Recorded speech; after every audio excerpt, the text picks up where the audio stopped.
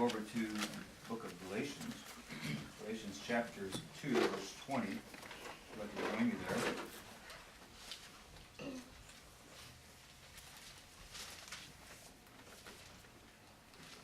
This was one of the scriptures that I memorized early on in my walk with the Lord. I think I memorized it in a different translation, though. When we first started out, I think I had the Revised Standard. Sister Vicky had the New American Standard. And when we got our first pastor, when our first pastor came to the Fellowship Missionary Baptist Church, he saw that I was reading out of the Revised and she was reading out of the New American Standard. He preached out of the Old King James. So guess what? He went down and bought us. Went down and bought us Bibles, Old King James. So that introduced me then to that Old English. And so I've just kind of stuck with it ever since. However, since the New King James came out, it was 80, 81, somewhere in there. I kind of go back and forth. I'll look up scriptures and I'll compare the two if I don't quite understand. But it's good that that Bible, many of you have that translation as well. But here in Galatians chapter 2, verse 20, I'm trying to think, maybe backing up just a little bit. He's talking about, of course, about faith and the exercise of it. Well, this kind of plays off of our Sunday school lesson this morning. So let's just look at verse 11, and I'll explain what verses play off of what we were talking about in our Sunday school, and then especially for those of you that weren't there. But when Peter was come to Antioch, I withstood him to the face, because he was to be blamed. For before that certain came from James, he did eat with the Gentiles. But when they were come, he withdrew and separated himself, fearing them which were of the circumcision. And the other Jews dissembled likewise with him, insomuch that Barnabas also was carried away with their dissimulation, or their hypocrisy. But when I saw that they walked not uprightly according to the truth of the gospel, I said unto Peter before them all, if thou, being a Jew, livest after the manner of Gentiles, and not as do the Jews, in other words, if you're not following under the law any longer, why compellest thou the Gentiles to live as do the Jews? Why would you compel the Gentiles who place themselves under the Mosaic law when you yourself have stepped back from that same law? So he said, I had to confront Peter on this. And you get the picture. I'm sure you've seen this many times, or you've read this many times, that they're all sitting there fellowshipping, having a meal, and all of a sudden, and the Apostle Peter's sitting there fellowshipping and having lunch with the Gentiles, no problem. It was Peter that was used of God to first open the good news to the Gentile world through Cornelius, no problem. But now in walks some of the Christian Jews from probably the Jerusalem church, and Peter recognized them, and so he quietly excused himself from the Gentile brethren and went over and started fellowshipping with the Jews for fear of their opinion. Well, the Apostle Paul was watching all of this. He watched him get up and go over and sit down. What? So he just stood up and just confronted him in front of everybody. Now, wait a minute. You know, if you're no longer a Jew, okay, and he's saying this publicly in front of the Jews, you're no longer walking under Mosaic law, then why would you compel them or shame them for not doing that? So Paul was pretty adamant about that.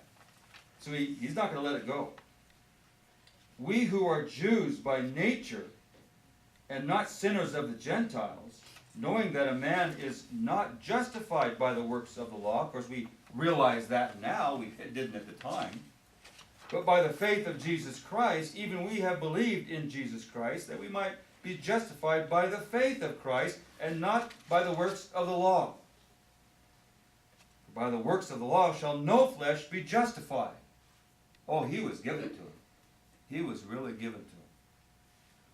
But if while we seek to be justified by Christ, right, not the law, we ourselves also are found sinners. Is therefore Christ the minister of sin? God forbid. For if I build again the things which I destroyed, I make myself a transgressor. So, if you're seeking to rebuild this connection with the law that you stepped back from, then you become a transgressor as far as Christ is concerned.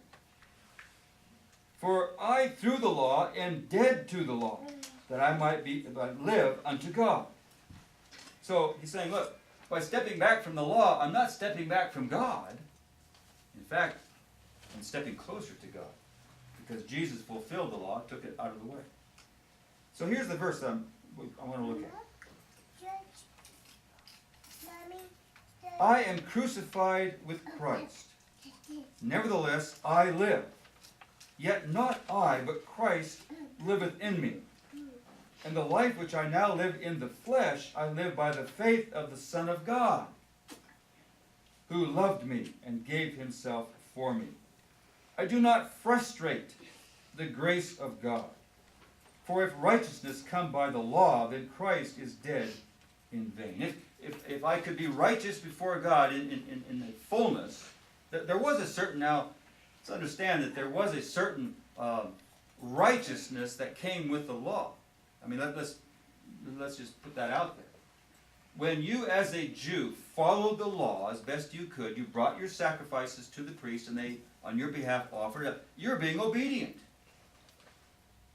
And that in itself was righteousness with God, because you were doing that by faith.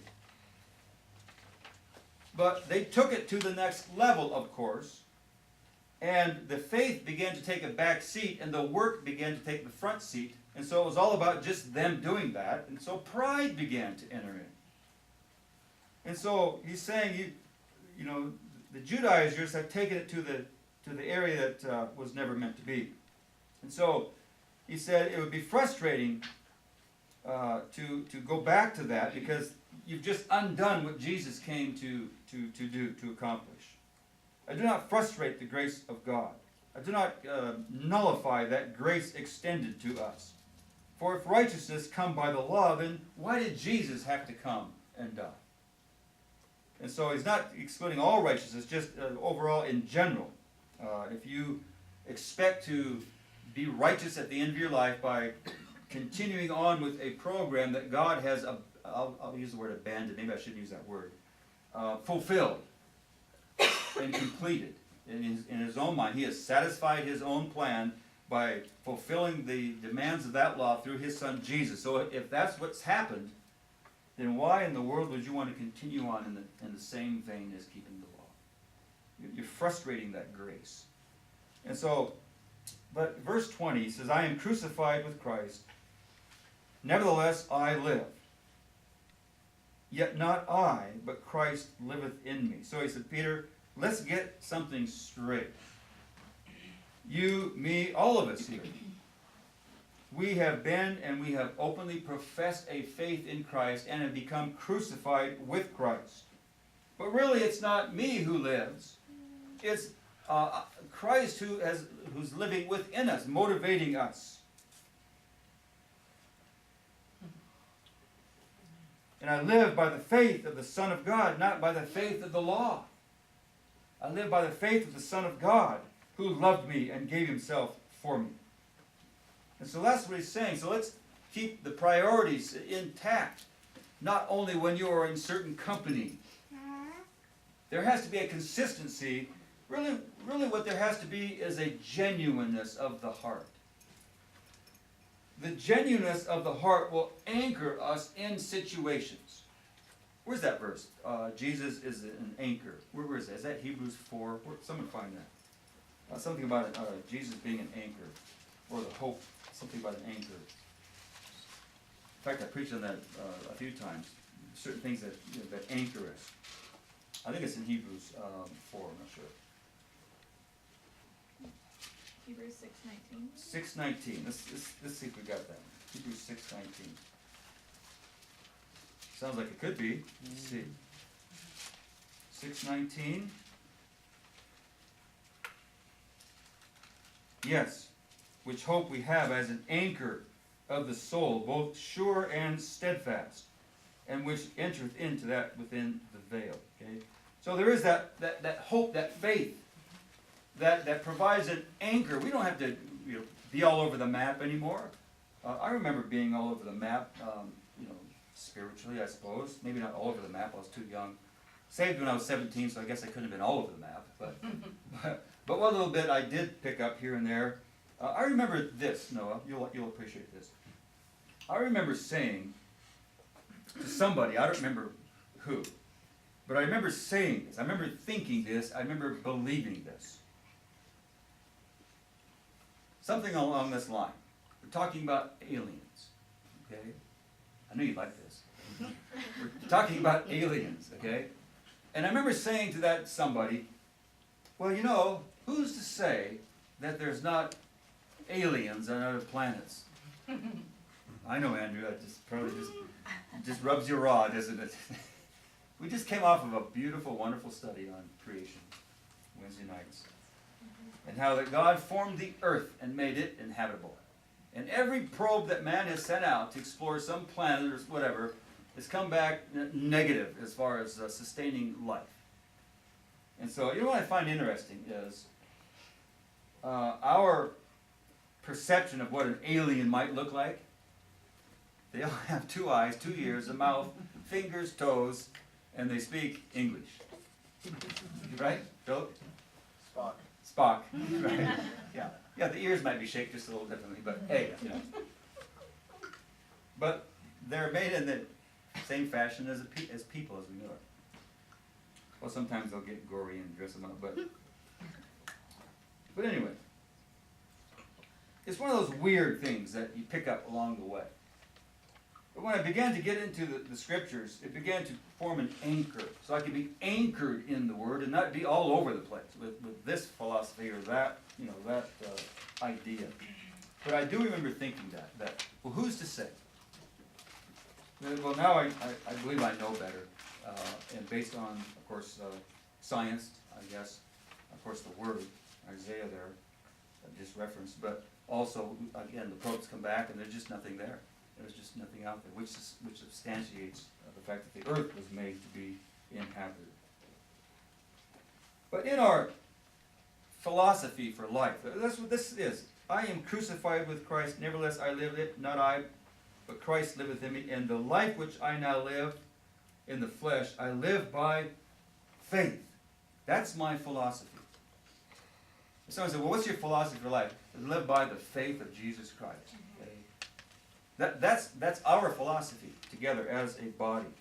We all have said, look, we're going to walk by this faith. We're going to walk by the same rule. We're going to mind the same thing as a body, as a unit, as a temple of priests.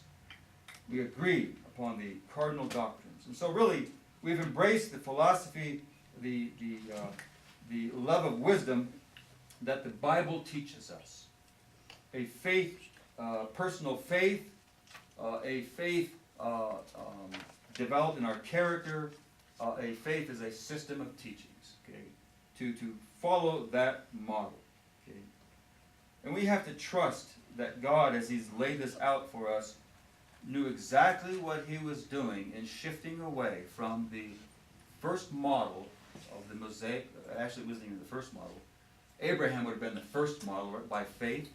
And then the second model, of course, to accommodate a kingdom of people would be the Mosaic law. To govern them by laws, by civil and spiritual laws. To pour that into their society, into their community, into that brotherhood. To keep them in line and in check until Messiah should come. Okay? And so they had a philosophy or a faith also. Ours is the faith of Jesus Christ, where He has removed that. And we believe that as He has shifted away from that Mosaic model, that He knows exactly what He's doing. And it's not a mistake. It was predetermined. In fact, the Old Testament talks and points to the Gentiles being folded in. Jeremiah 33 talks about the new covenant, or 30 or 33 talks about the new covenant. And so there are clues or hints to that model that was coming. Well, we're living under that model. And I began last week, and I'll continue with it, but I began last week with what's new under the new covenant. Well, we introduced that series, but now I'm interjecting this one, okay, as we move on to the second one of the series, okay? So, we're trusting that God knows what He's doing in this new covenant model, that it wasn't by mistake, it was very much determined by Him in His foresight. I want to turn to Isaiah chapter 55. Isaiah 55.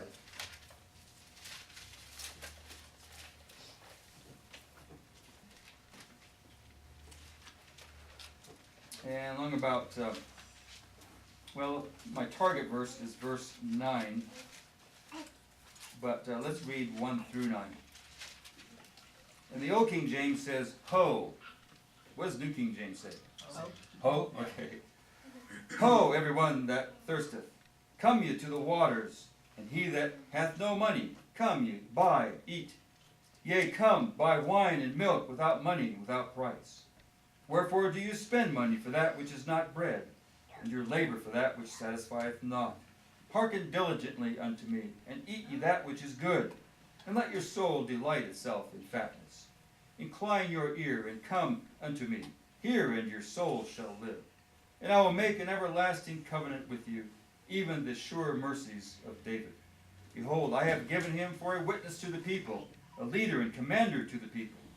Should thou, behold, thou shalt call a nation that thou knowest not, and nations that knew thee not shall run unto thee because of the Lord thy God, and for the Holy One of Israel, for he hath glorified thee. Seek ye the Lord while he may be found. Call ye upon him while he is near. You know, we always say that there's a window. Where is it? Is it Ecclesiastes that said that there's a time for everything? Okay, there's a time for. Then he lists all these things, and they're really opposites. But there's a time for this, or there's a time for that. And so he's talking about their window of time, their opportunity to seek the Lord while he yet may be found, and call upon him while he may yet be near. Well, we realize that eventually they didn't move toward God in that way, and so God did allow Nebuchadnezzar to come in and upset their lives, and cart them off into Babylon, and just got kind of worse from there. Well, of course, he brought them back, but they never did rebound to the level as to what they were when they first came in under Joshua. Never did rebound. But that's not God's fault. That would be theirs. And so, but he's saying in the moment here, seek ye the Lord while he may be found, and call upon him while he is near. Let the wicked forsake his way, and the unrighteous man his thoughts, and let him return unto the Lord, and he will have mercy upon him. And to our God, for he will abundantly pardon. For my thoughts are not your thoughts, neither are your ways my ways, saith the Lord. For as the heavens are higher than the earth, so are my ways higher than your ways, and my thoughts than your thoughts. So we have to trust that this faith that we're following, that we call the new covenant, and we'll talk about this as we go along in our series, the renewed covenant, that God had in mind something better, something that would override, yes, replace, yes, but it would be much better than the old. So we have to trust because his ways are higher, and his thoughts are higher, and his ways are higher, more noble than ours, that he knows what he's doing. And when your faith is challenged by people, they don't understand why you could align your life or even want to align your life to someone who lived so many years ago. They don't quite get that. Your faith is going to be challenged. You have to have a solid footing, a solid ground. You have to have an anchor that will anchor you. No matter how much teasing is thrown at you, no matter how much peer pressure is upon you. I know all about peer pressure. I've shared with you a few things about peer pressure. It can be so damaging to you as people gang up on you in mass, and you're the only one standing. I tell you, that's the true test of character, when you say, you know what, I don't care. I know in whom I believe. Isn't that what Paul said?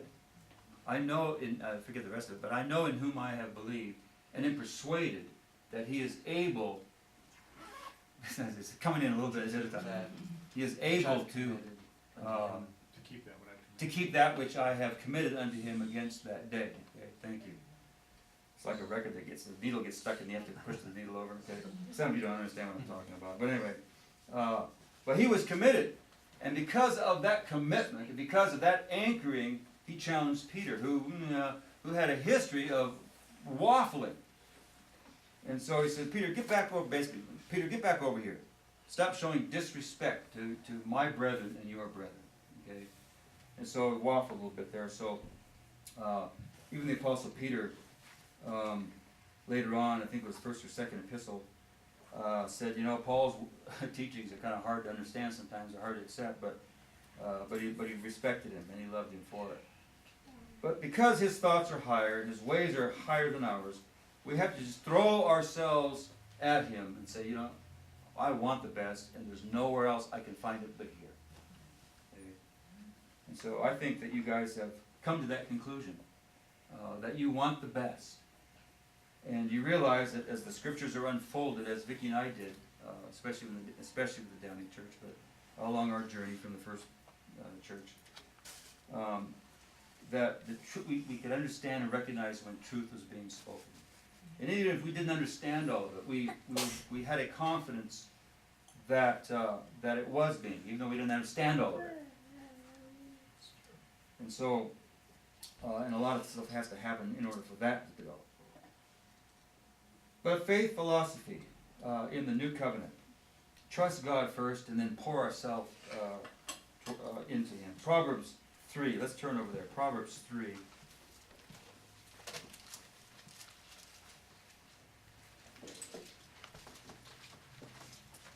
This is such a wonderful passage.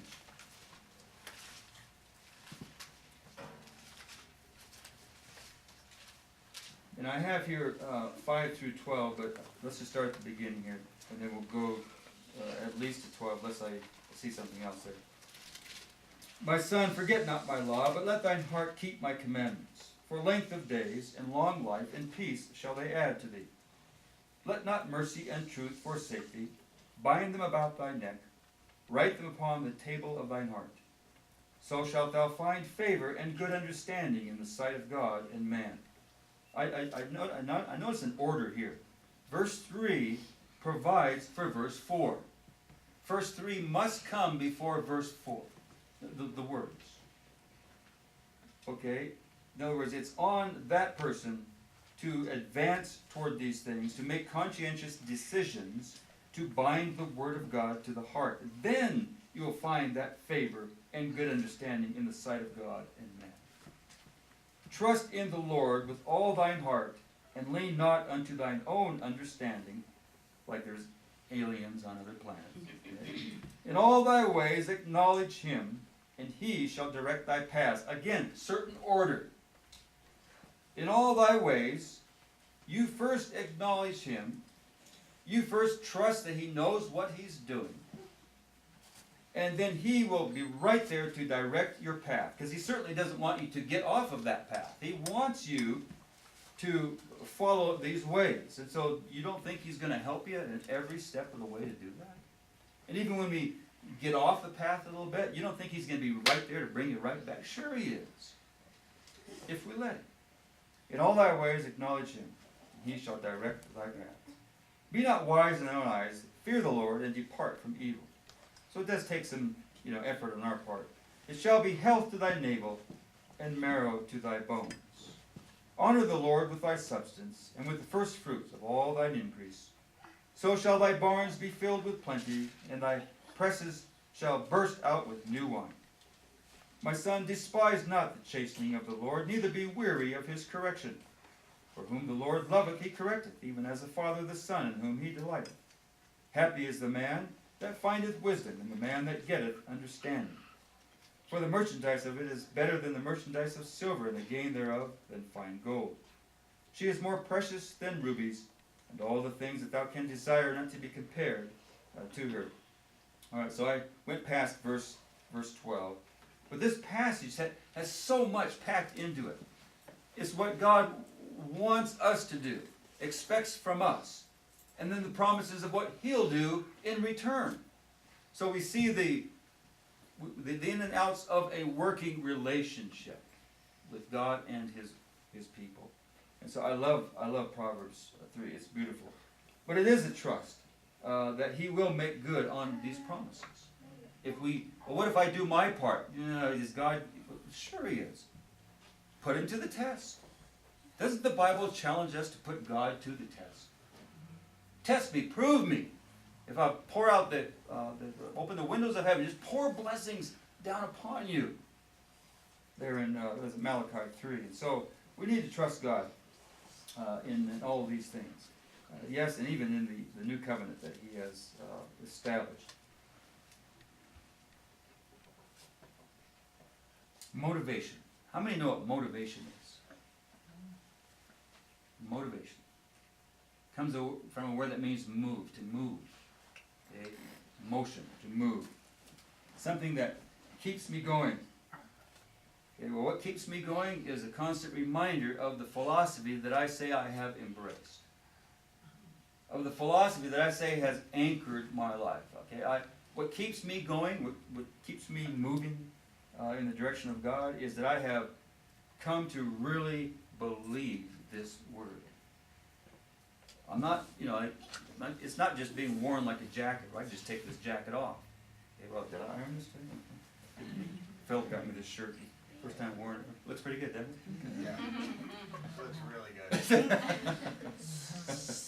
But I can't take my faith off like a jacket and throw it back on when I need to. That's what Peter was doing. Okay?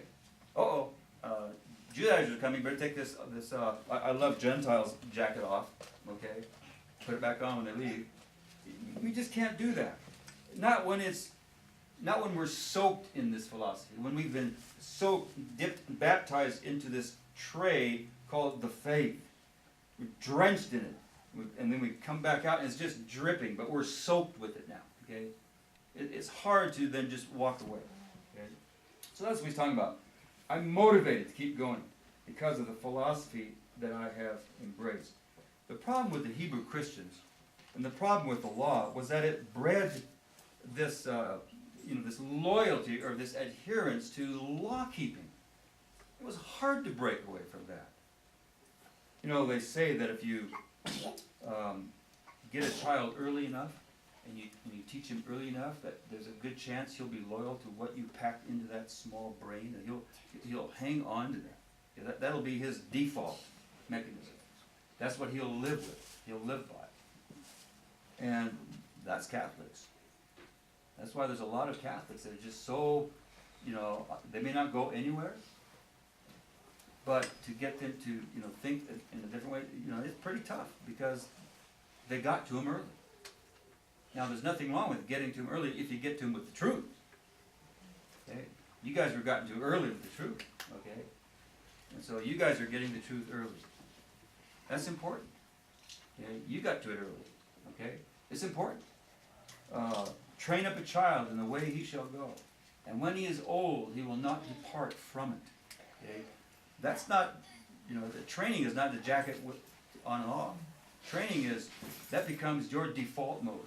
That's who you are now. Okay? And so, what motivates me, what reminds me to keep going, is the faith that I've embraced. And that was the problem with the Hebrews. Paul said, you need faith and patience to check back in with Jesus, okay, instead of keeping the law. All right, I want us to look at, again in the Proverbs here, Proverbs 2, and consider this also. Proverbs 2, 1 through 4.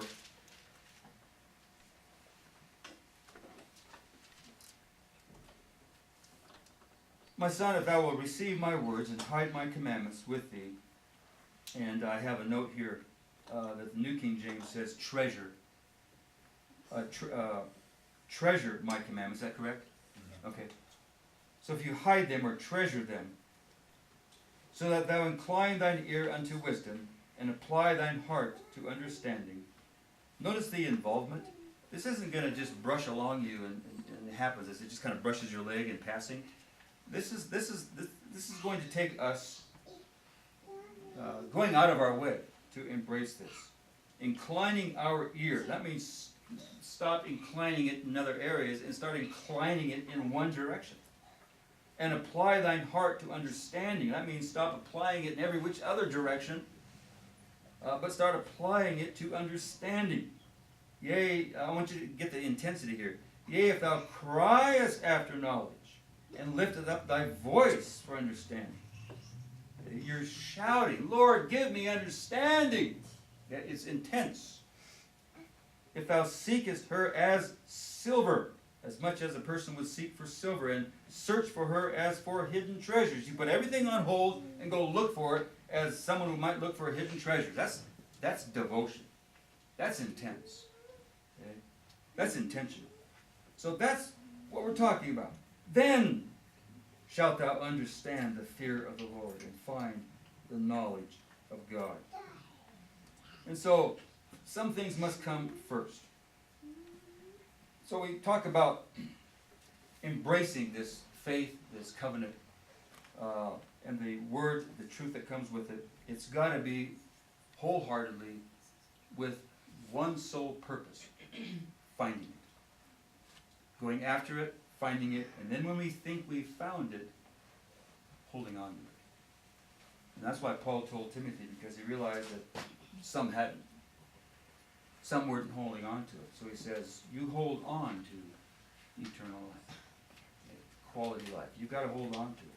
So you've got to continue with that same intensity, crying after it continually as you did day one. Day one, you cried after it. You wanted it. You were seeking it. Well, how about day 2, day 3, day 4? How about day 354? How about day 1054? I know I'm stuck on 54, but how about, 10 years down the road? The same intensity is needed because the devil is there to push us off the track. And so, the question is, once I find it, I seek it, I find it, and I want to hold on to it, how is that possible? How can I achieve holding on to it? Well, James says in James chapter 2, let's go there. And I'm just about ready to close here. James 2.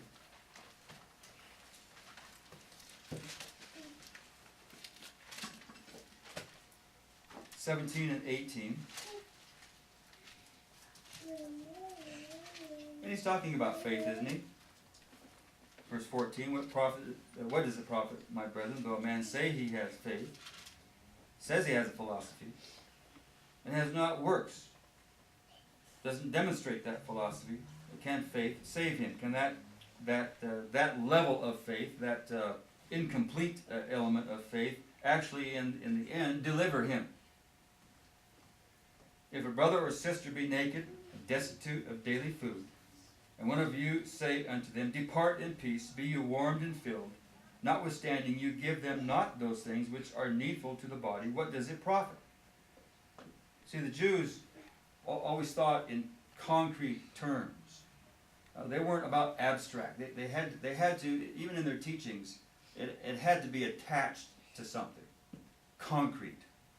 I remember when I bought this bag of seed, I was going to reseed the lawn, and the instructions were to, prepare the soil. And when you prepare the soil, you rake it and everything, and then you spread your seed, and then you rake that seed in there so that the soil has little clods, and then you spread the seed out, and presumably the seed needed to attach to a clod of dirt to give it that jump start. Okay, and so we have to have something that's attached to the faith. It can't just be laying out there by itself. Okay, and so he says, so the Jews had this illustration of giving someone their physical needs. Even so, faith, if it hath not works, is dead, being alone. Yea, a man may say, thou hast faith, and I have works. Show me thy faith without thy works, and I will show thee my faith by my works. Thou believest that there is one God, thou doest well. The devil also believe and tremble. But wilt thou know, O vain man, that faith without works is dead? So he goes on into another example of Abraham. And so, how can I demonstrate my philosophy, my faith that I have embraced through my daily service, through my works. Okay? That's how I do that. Show me your faith, he says. Now I realize that there are times where our faith is so challenged that sometimes we try to pull up reserves. We try to reach there for that reserve of faith because on the surface it's kind of being tapped. And so we're going to have to go to our reserve. Okay? Well, that was the situation with the man that Jesus approached. And he said, Lord, I believe. I mean, I can see what's going on around me. But help my unbelief. You ever get that way sometimes? I believe, but do you get what he's saying? But help my unbelief. There's that part that's holding me back. I believe in a greater measure. I believe. I see your miracles. I hear your words. I see the response. But for me personally, I struggle. Help my unbelief. There's a part of me that's holding back. And so, totally get that. Totally understand that. But yet, we fall back on that which we've already accomplished. We fall back on that road that we've already traveled and say, that should be enough to keep me and propel me forward. Otherwise, it's just all undone. Okay? When people backslide, they don't look back over what's been accomplished. It just becomes unimportant to them. Where we should always look back and say, that means something. That's important to me, the journey that God has brought me through. That means something. I'm going to hold on to that. Because that's what's going to help me go this way. Okay? It's when this doesn't count that I get in trouble. And so, the philosophy, the faith that we've been given to hold on to embrace, to hold on to, it's in what we call the new or renewed covenant. So next week we're going to go to message number 2 and proceed on in that series. Shall we stand?